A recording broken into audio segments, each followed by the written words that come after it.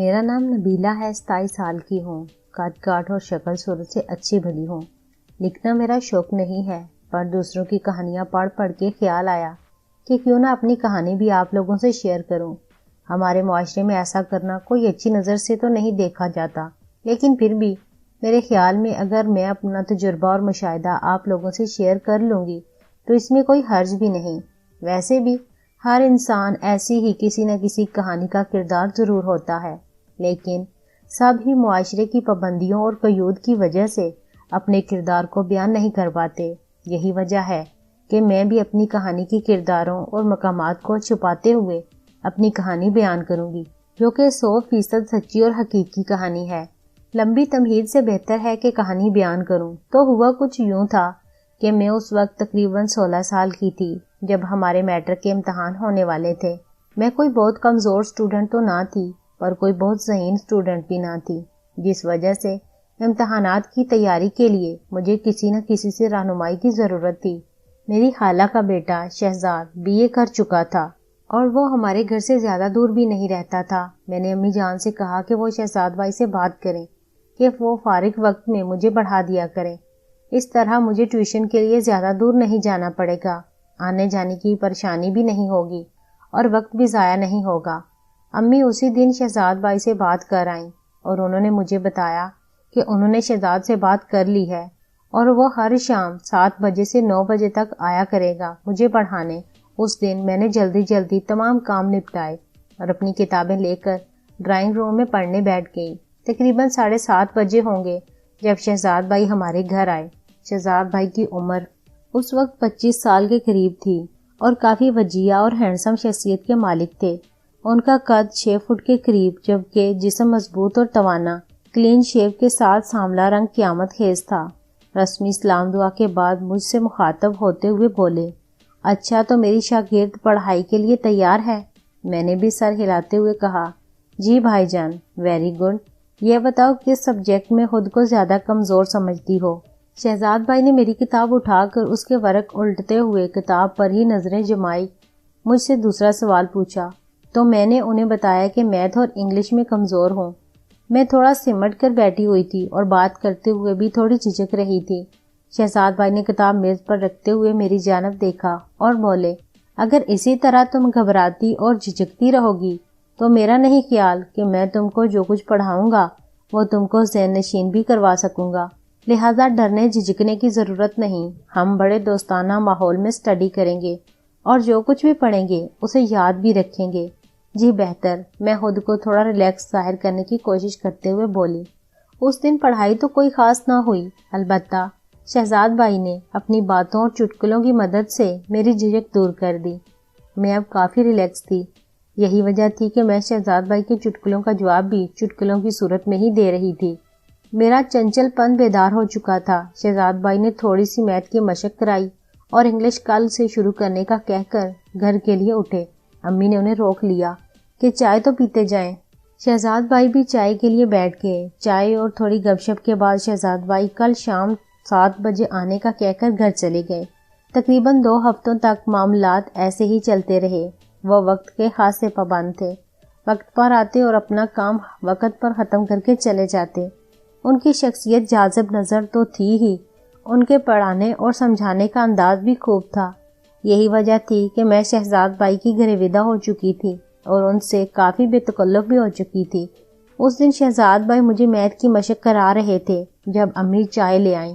انہوں نے چائے میز پر رکھی اور بولی کہ چائے ٹھنڈی ہونے سے پہلے پی لینا۔ یہ کہہ کر وہ واپس کچن میں چلی گئیں۔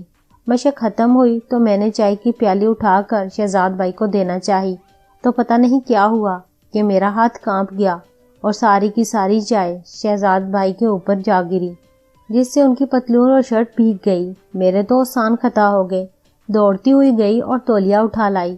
میں بار بار شہزاد بھائی کو سوری بول رہی تھی اور ساتھ ہی ساتھ ان کی پتلون اور شرٹ کو تولیے سے خشک کرنے کی کوشش کر رہی تھی۔ آپ جلے تو نہیں بھائی جان؟ میں نے مسلسل تولیہ رگڑتے ہوئے پوچھا۔ چائے سے تو نہیں جلا، لیکن اب تم ضرور جلا ڈالو گی۔ میں ان کے اس جملے کو بالکل بھی نہ سمجھی اور اسی طرح تولیے سے ان کی پتلون کو خشک کرنے میں لگی رہی۔ میں ان کی پتلون کے اندر ہونے والی تبدیلی بھی نہ دیکھ پائی۔ میں شاید کچھ دیر اور اسی طرح تولیے سے انہیں خشک کرنے میں لگی رہتی، پر شہزاد بھائی نے مجھے روک دیا اور مجھے دونوں کندھوں سے اٹھا کر کھڑا کرتے ہوئے بولے، بس کرو ببلی، گھر میں مجھے سب اسی نام سے پکارتے تھے۔ ایوری تھنگ از فائن، تم خواہ مخواہ پریشان ہو رہی ہو۔ لیکن میں خود میں بہت شرمندہ تھی، اسی لیے جب میں نے انہیں اس شفقت سے پیش آتے دیکھا تو میری آنکھوں سے آنسو نکل آئے۔ انہوں نے جب مجھے یوں روتے دیکھا تو اپنی باہوں میں بھرتے ہوئے مجھے سینے سے لگا لیا اور ماتھے پر بوسہ کرتے ہوئے بولے، ارے پگلی، روتی کیوں ہو تم نے جان بوجھ کر چائے تھوڑی گرائی ہے، یہ تو حادثاتی ایسے ہوا۔ ان کے ڈھارس بندھانے پر مجھے حوصلہ ہوا اور میں نے آنسو پونچھتے ہوئے کہا، جانتی ہوں کہ حادثہ ہوا ہے، لیکن حادثات بھی تو کسی نہ کسی غلطی کا ہی نتیجہ ہوتے ہیں، اور اس حادثے کی غلطی کی میں ہی ذمہ دار ہوں۔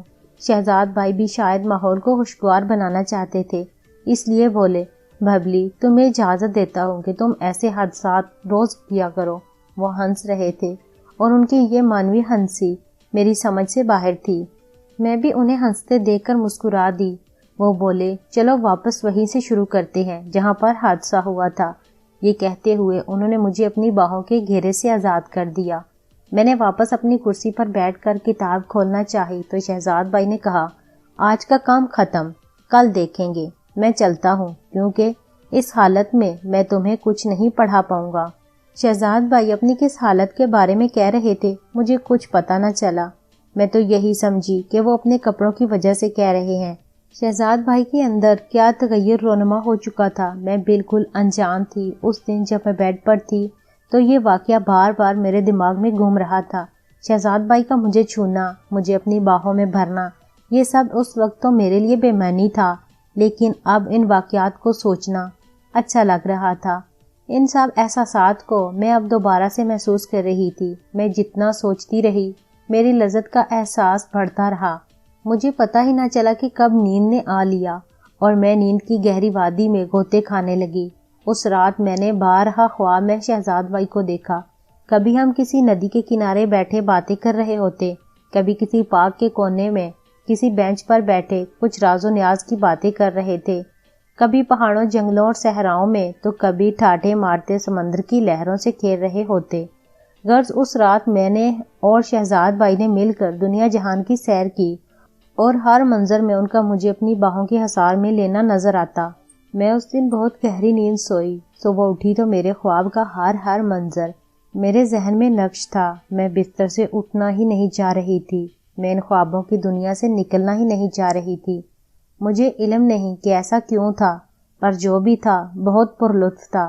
دوسری شام جب شہزاد بھائی ہمارے گھر پہنچے تو میں اسی وقت نہا کر نکلی تھی۔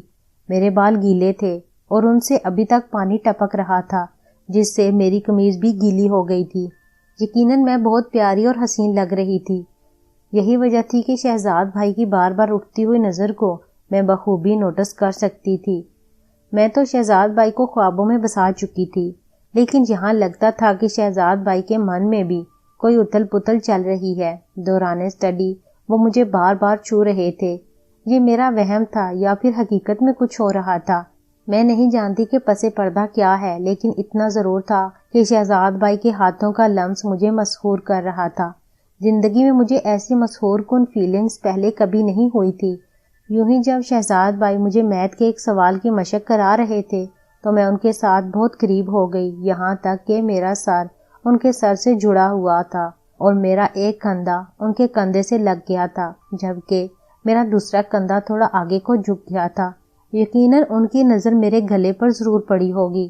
آخر 9 بجے اور بھائی شہزاد گھر جانے کے لیے اٹھے تو میں بھی کتابیں سمیٹ کر اٹھی تو انہوں نے قریب سے گزرتے ہوئے بڑی آہستگی سے کہا، ببلی، تم آج بہت خوبصورت لگ رہی تھی۔ میں نے چونک کر ان کی طرف دیکھا تو اس دوران وہ مجھ سے دور ہٹ چکے تھے۔ ان کے الفاظ ساری رات میرے کانوں میں بجتے رہے۔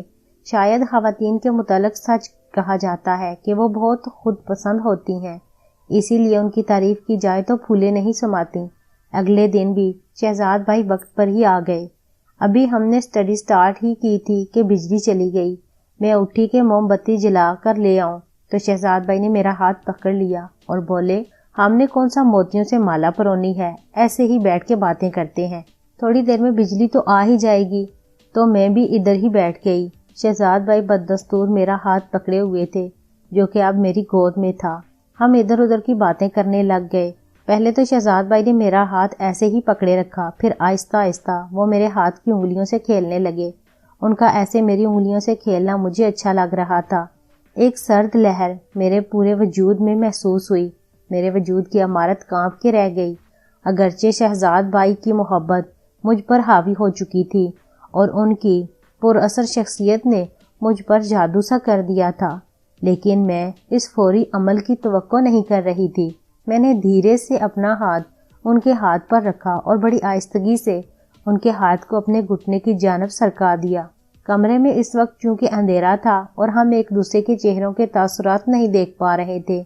میں ٹوائلٹ جانے کے بہانے وہاں سے اٹھ گئی، لیکن میں جیسے ہی اٹھ کر قدم بڑھانے والی تھی، پتہ نہیں مجھے کیا ہوا، میں ڈگمگا گئی۔ اسی لمحے شہزاد بھائی نے ہاتھ بڑھا کر مجھے سہارا دیا تو میں گرنے سے بچ گئی۔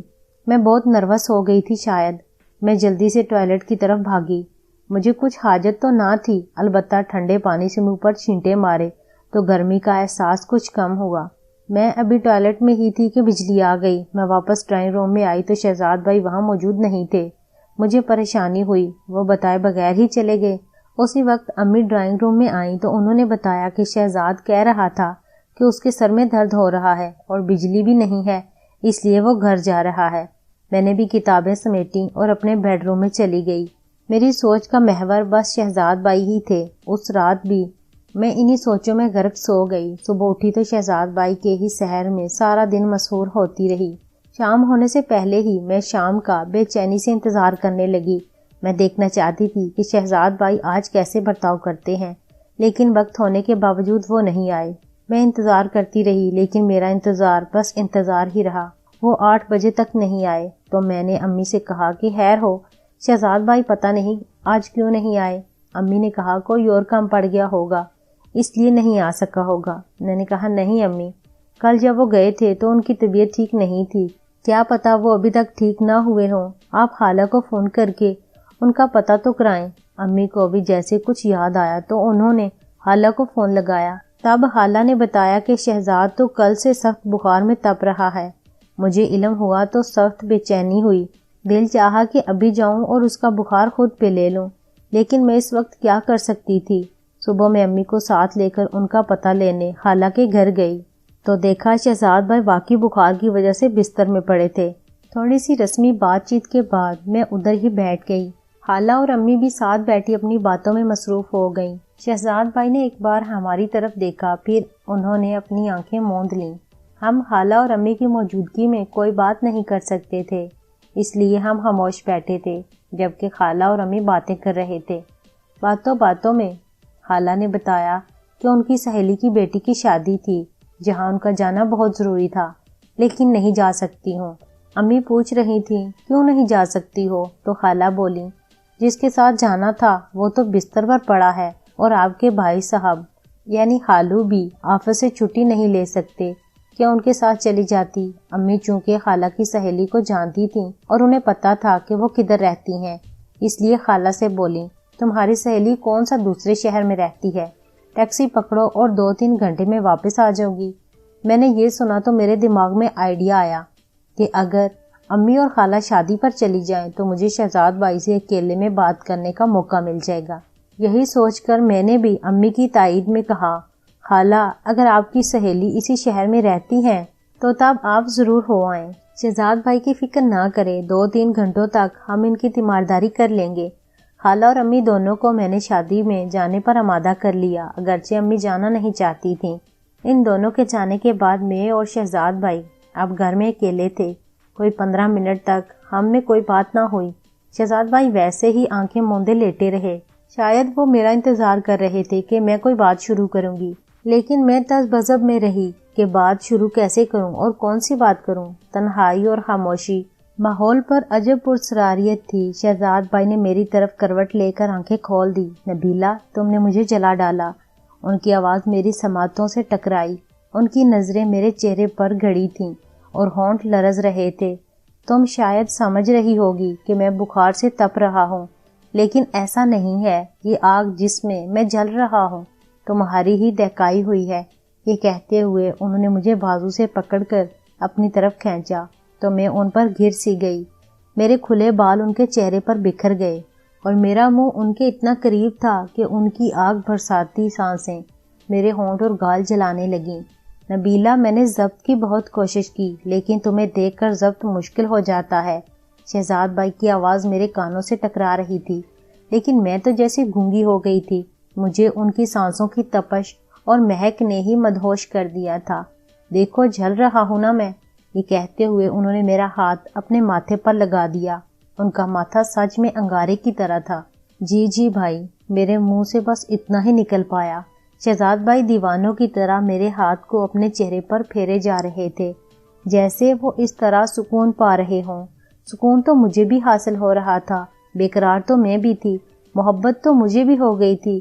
میرے ہونٹ سوکھ چکے تھے، گلا خشک تھا، سانسیں جیسے اٹک گئی تھیں۔ کیا یہ ہم صحیح کر رہے ہیں؟ میرے منہ سے انتہائی نحیف آواز میں سرگوشی سی نکلی، لیکن پھر ساری سرگوشیاں، سارے وہم، سارے سوالات، سارا ڈر دم توڑ گئے۔ شہزاد بھائی نے بجائے جواب دینے کے مجھے کھینچا اور میں ان کے ہر کھیل میں ان کے ساتھ برابر شریک ہوتی گئی۔ ان احساسات کو لفظوں کا پہناوا دینا بہت مشکل ہے، بلکہ میں یہ کہوں کہ ناممکن ہے تو بھی غلط نہ ہوگا۔ احساسات کو میرے خیال میں لفظوں میں بیان نہیں کیا جا سکتا۔ میں بھی بیان نہیں کر سکتی کہ اصل میں میرے احساسات اور فیلنگز اس وقت کیا تھیں۔ بس یہ کہوں گی جو لطف و سرور کی کیفیت اس وقت تھی وہ میری سابقہ پوری زندگی میں نہ تھی۔ پھر ہم نے ساری حدیں پار کر دیں اور میں ایک نئی